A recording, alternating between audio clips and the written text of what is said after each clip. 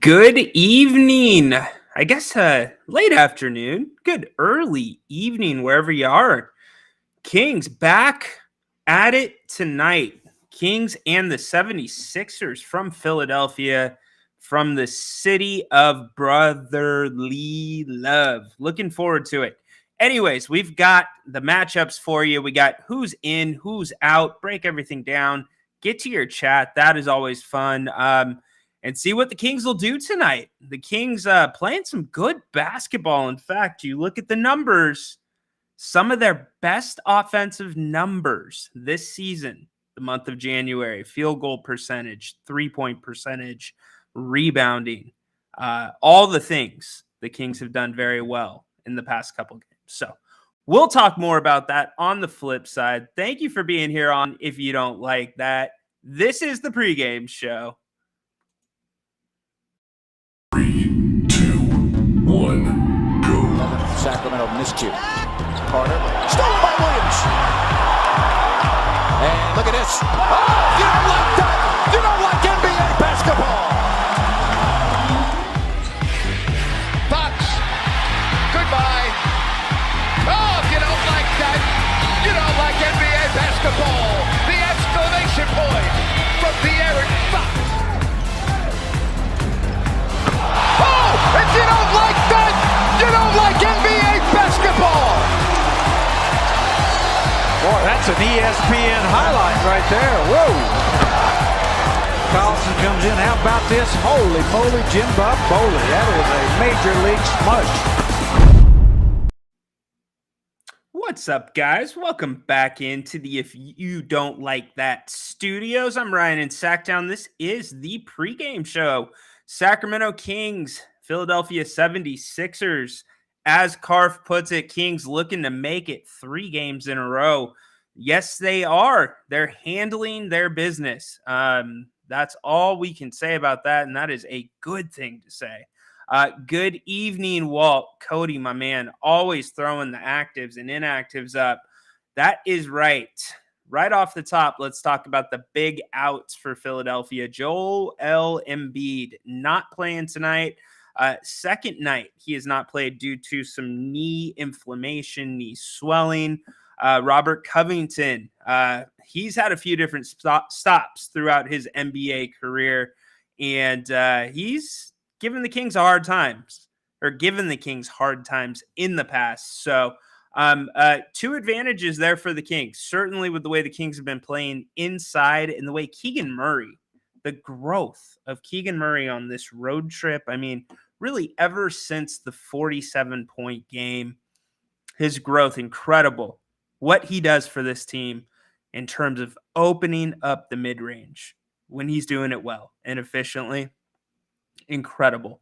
So, the Kings, that should be the game plan right there. But don't forget, please don't forget Tyrese Maxey and the rest of this 76ers team. They haven't been playing great basketball as of late.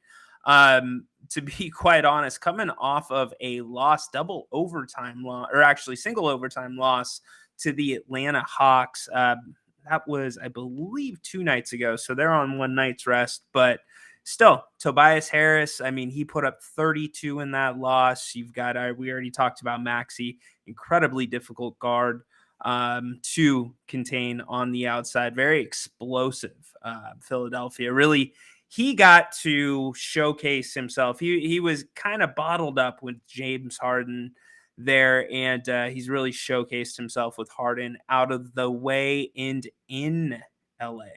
So, and then some of the bench players for Philadelphia, one really, really jumps out at me. Marcus Morris Sr., just one of those rugged, tough NBA veterans, little bit undersized for a big man, can shoot the corner 3 ball, but just NBA veteran. One of those guys that it would be really, really good for the Kings to be on their bench. But what can he do for them tonight? Still, again, 76ers 23-13 coming into tonight. So not a bad basketball team. Not a bad basketball team at all. Let's check really quick the tail of the tape, and then we will get back to your comments. I promise. Throw this up courtesy of the Athletics, how the numbers shake out. Points per game, Philly with the edge, 119.9. Can the Kings bring some more of that defense that they have brought against competition that they should beat? And everybody talking about, well, it's lesser competition. Yeah, it is. But the bottom line, it's NBA competition. So the Kings can't control who's put in front of them. The Kings can only control how they play. And they've done that. So no reason to believe that they can't continue doing that. And when they do it the way they've done it, that is what makes the 3-point game all that more special and dangerous, and is the secret sauce to this team's success. Getting back to the numbers, rebounding pretty much even. You see rebounding close, the difference between 16th and 13th, not very much there. Assists per game, blocks per game, steals per game, turnovers per game. Kings, look for the Kings' assist to turnover number tonight. The Kings have really been taking care of the basketball a lot better. So that is always a good thing. So that's how things shake out there. Let's get back to your comments. Pardon me. Brandon, they will break our heart with a meltdown. Hope not. Go Kings. I don't think so. I think you see a Kings team that's gaining confidence. And if you haven't had a chance, go back, check out Grant and Jerry. We did those yesterday. Really good conversation. You know, we were talking about the Kings, and we look at their struggles when they struggle. Yeah, it may be really, really ugly, and it might be a game or two, but it's just that, a game or two. They're able to kind of cap that. And so it looks like they've done that in this case. Obviously, tonight they need to continue that, but that's a great trait for a team to have. So huge positive. So we'll see. The first quarter, very telling. And the 76ers, one of those teams that you can't allow them to come out and get 20, 25 up on you. It's just not going to work. You're going to have to. So, and I'm talking about the Kings tonight. You are going to have 2 quarters where the Sixers are held under 30 points for the Kings to win this basketball game. So, Rob, what's up? Welcome in. I like what I've been seeing from Alex Len recently. Would you like to see more of him? Absolutely. That's part of what I'm talking about, Rob. Getting Alex Len, getting him in the mix, getting Trey Lyles and Domas on the floor together. Even if the Kings, on paper, if Embiid was playing tonight, even in that scenario, I 100% would prefer the Kings to still bring that same attack that they brought their last 2 games inside, and that they probably or should bring tonight against the 76ers without Embiid. But I would expect that they would still bring it even if Embiid was playing, because you know what? They may have the advantage. That still doesn't mean that you can't cause a little chaos and make the game interesting. And that's what carries over as the season gets longer. That stays with you. That's a constant. So, Tony, Embiid out is advantageous for the Kings. Let's light the beam tonight. Yes, sir. Alberto, what's up, dude? Tonight's going to be the best shot at getting the 76ers. They have struggled. What is it, 2017? Alberto, I think 2017 since the Kings have beat the Sixers, or beat the Sixers in Philadelphia. Is that it? It's one of the two. Pick me up here. Can we get a show when Grant does play-by-play for the game? Good question, Dave. No, it's just too hard. It doesn't work out. One, it's a little sketch, right? Copyright, etc. So let's take that out of play. But then coordinating what feed he's watching versus what feed everybody else is watching. It doesn't work out. So, but we have dabbled with the Pro Sports Fans app where we are doing live watch parties where Grant and I are talking about the game. So there are points where we may be calling the game, but nothing like you're talking about or looking for. But good question. It does come up from time to time. Let's see. No, I do not want to block Tony. Looks like Tony has a good comment. Kings cannot let off the pedal just because Embiid and Covington are out. They still have to ball. Yeah. I mean, how many times Tony, count along with me. How many times have teams had their best players out and the Kings have not won? Not Philadelphia, but Portland. Remember that one? And that was at home too. So Portland was a good example of that. Charlotte, good example of that. But not to dwell on the past, focus on the positive in the future. Yeah, let's hope they are able to ball. Let's see. Dorito. It's ESPN2 for everyone to see. Let's keep that foot on the gas. Yes, indeed. Yeah, ESPN2 covering the game. I'm not sure. And by the way, thank you for tuning in for pregame here on If You Don't Like That. I am Ryan in Sacktown. Jerry Reynolds, the one and only, will be right here at halftime. Grant will be here too, right here. Just right here. Check our Twitter feeds. Also, subscribe to the channel. Please give us a thumbs up. That will also let you know. But we'll be right back here for halftime coverage and then post game. We've got you covered. And we've been opening it up lately, doing new things. So we'll be doing some more of that fun stuff tonight. So thanks for being here anyways. So, all right. Mega Sixers have been losing lately. We were talking about that without Embiid, but they will score 120 today. I think the Kings need 127 at least. Well, sure. There you go. Very, very specific Mega on the numbers. So here's what I would counter you with. So Embiid out. Yes, indeed, that helps the Kings because last year when the Kings went to Philly, Embiid looked like a man playing against boys with the Kings inside. Sabonis, 2 early fouls. I think it was Metu that was backing him up. 2 early fouls right after that. So certainly taking that element off of the court changes things, but that also opens things up for Maxey. That opens things up for Tobias Harris. That opens things up for Melton. That opens things up for Patrick Beverly. That opens things up for Morris.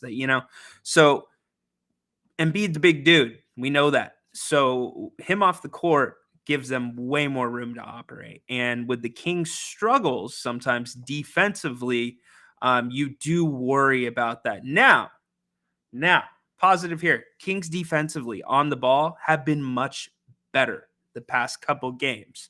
Again, level of competition, you can make that argument. But it's been better. So the one thing that has been consistent, though, is pressure. When the Kings pressure the ball, that seems to really help them out. That really helps them. It's that little kickstart that offense needs when they are pressuring the ball. Rhino, I can't lie, I hate when we play teams and their star players out. Interesting. I think we let our foot off the gas when they're out. Also, it would be nice to see a barometer game. Well, yeah, Adam, the last barometer game that we saw was the Boston Celtics game. And we all know that game was over after the first 5 minutes of the third quarter. Yeah, I'm with you. I think the Kings sometimes do let up. I mean, the Kings in general just let up at times, and that's going to be any team. It's a long season. It's 82 games. And again, we're talking about the Kings with a very good record here. So yeah, it happens. Now, the reason I would like to see Embiid play is not so much for the barometer game aspect of things, but it makes the Kings uncomfortable. What's the old saying? It's good getting comfortable being uncomfortable. I want to see more of that. I want to see the Kings fight or flight, right? What's it gonna be? I want more of those moments to begin presenting themselves. And those likely begin presenting themselves when you're talking about players of Embiid stature. So, good comment there by Adam. Really appreciate it. Let's see. Tony Embiid is front runner for MVP. That's a tremendous loss for that team. Yes, it is. Would you like to see Herter be more consistent? Needs to hit a few threes and get his inside game going. Good toughness would change his style a bit better, in my opinion. So, Tony, here's the funny thing. Kevin was playing fairly tough defensively. So, if you notice, Mike Brown was not benching him early on when he struggled. I'm talking start of the season. Wasn't benching Kevin Herter during that offensive struggle because Kevin was doing other things. And it wasn't so much the assists, it wasn't so much the rebounds, it was the defense. So when it came down to making the change when he did to put Chris Duarte in, that was the difference that Mike Brown saw. The defense wasn't there. And so when you talk about the toughness, that's what was not there. The toughness in his defense, which can be there. So it would be good to see Kevin get back on track. But here's the thing, though. Kevin's hurt. Kevin's not even playing tonight. He's still dealing with the freak ankle injury that happened at the start of the game, last game, the jump ball. He rolled his foot, ankle. So anyways, so really it's more about future with him, but short term with the injury, does it affect his trade value? Is it an injury that's 4 weeks and he'll be good to go, or something longer, like where it would now affect trade value? Over under on Sasha's minutes tonight. Good question, Adam. Let's see. I don't know. I mean, I was perplexed. Grant and I got into this a little bit about Sasha and his minutes. I don't know. I don't even know what you would set. Yeah, I don't know what you would set it at. I don't. I would lean towards setting it at, will Sasha play or will he not play? I think that's kind of the better question, in my opinion. Patrick, what's up, man? Thank you for joining the party. Don't sleep on the Sixers. The Knicks spotted 66 or spotted Dallas without Luka, 15, 20 points.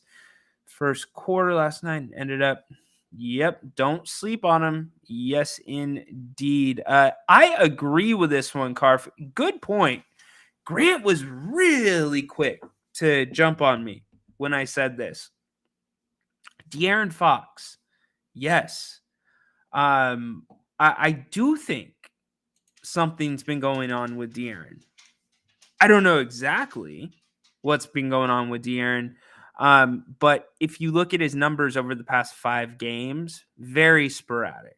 Not bad, but very sporadic. Not consistent like his normally are, especially in that rebounds, assists range, turnovers. So everybody seems to be chalking it up to mid-season, just kind of it happens, right? Going through the bumps of the season. So we'll see if he gets better tonight. Gordo seems to agree with me. So good job. Good to see C-Dog in here. What's up? Sixers are the best in the league at the line, and the Kings are the worst. 2 facts right there. Need to stay out of the penalty tonight, especially with Embiid out. Great point, C-Dog. 100%. And even if the Kings or the Sixers were in the penalty, would it be a big deal? The Kings, their free throw shooting, as Connor says, terrible. So, yeah, good point. But that still doesn't mean the Kings should not be trying to go inside, Connor. They've got to try to foul. They got to play without fouling. Cody thinks Mike Brown likes. Yeah, he is a JTA guy. Yeah, I think there's. It's interesting, Cody. Great observation.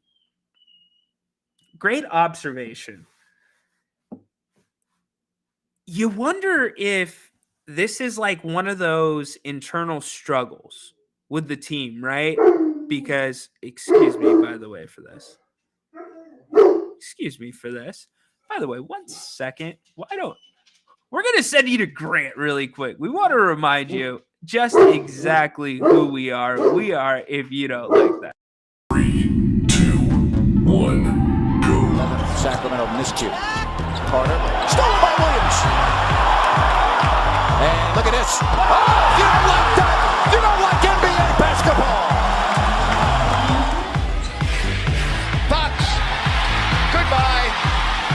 Oh, if you don't like that, you don't like NBA basketball. The exclamation point from De'Aaron Fox. Oh, if you don't like that, you don't like NBA basketball. Boy, that's an ESPN highlight right there. Whoa.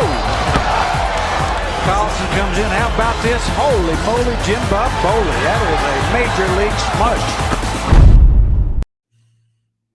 All right, we are all locked in. Sorry about that.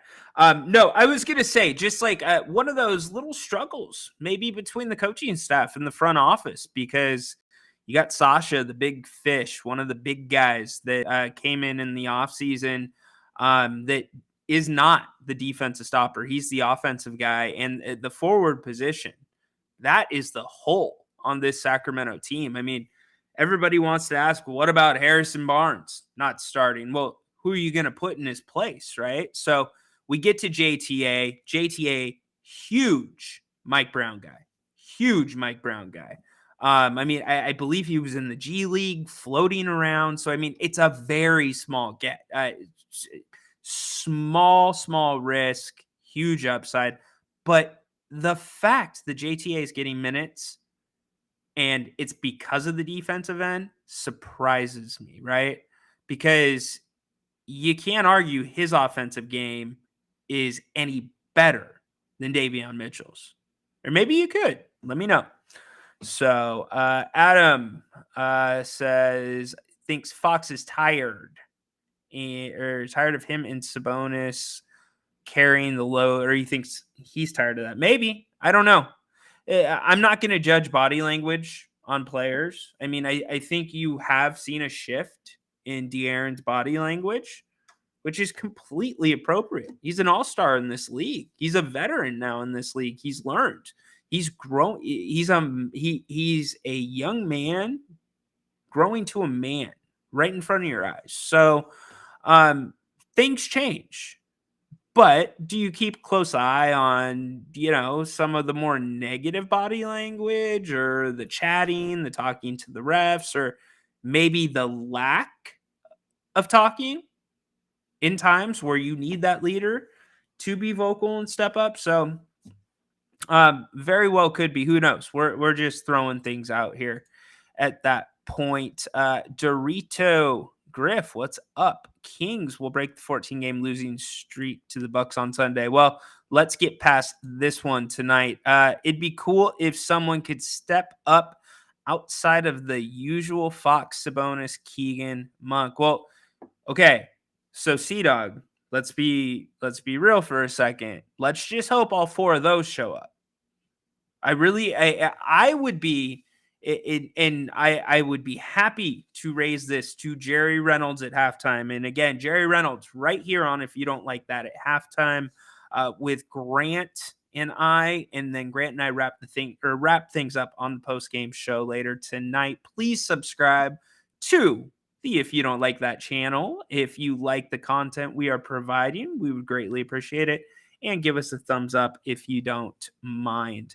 I will be extremely critical of Mike Brown if he does not make a concerted effort in the first half to get Keegan Murray to his spots on the floor where Keegan has had success, to get Keegan in isolation spots on the floor tonight. I don't want to see a first half where Keegan has a 2 point, 1 rebound, 1 assist line.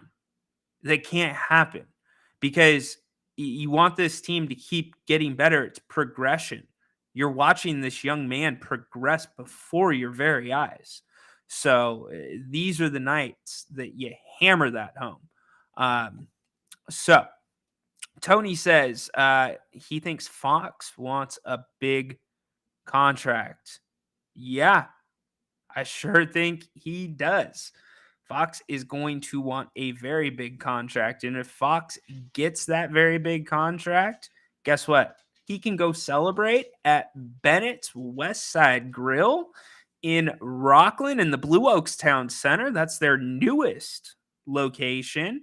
Still have their location in Roseville and the other one off of Howe and Fair Oaks. But you know, Brian Bennett and his team over at Bennett's, they are the best at what they do in Sacramento. You want a nice steak? They've got it for you. You want a beautiful glass of wine? They've got it for you. You want a beautiful piece of seafood? They've got that as well.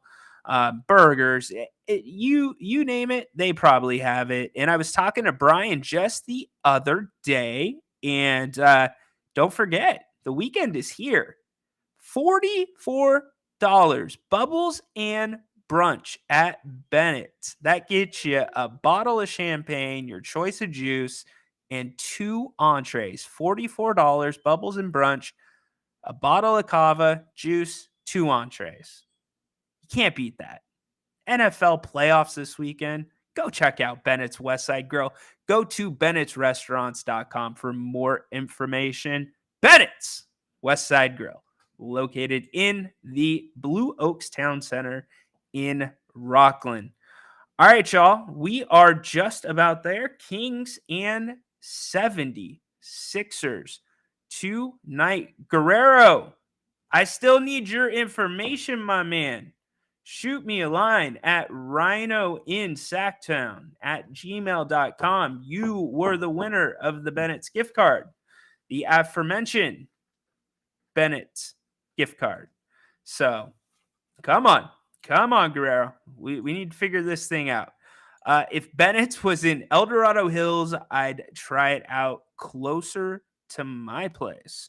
Well, you know, Tony, there's that little connector, right, between Folsom and like Rockland, Roseville. That's not too far. But DoorDash, you could always do that, my friend. Delivery, think about it. Adam, I'd rather the Kings add a player like Chris Boucher and slide Sabonis and Murray to the 4 and the 5. Sabonis and Murray. I thought the goal was you wanted Murray at 3. I thought Murray was a 3. That was his. Jerry Reynolds thinks a 3 is his natural position. So interesting comment there. We will see. All right, y'all. That's going to do it for the pregame show here on If You Don't Like That. Be here at halftime. The one and only Jerry Reynolds, Grant Napier, right here to wrap up the first half. And we will have post-game coverage as well all night. Appreciate all you being here. We'll see you at halftime. So long.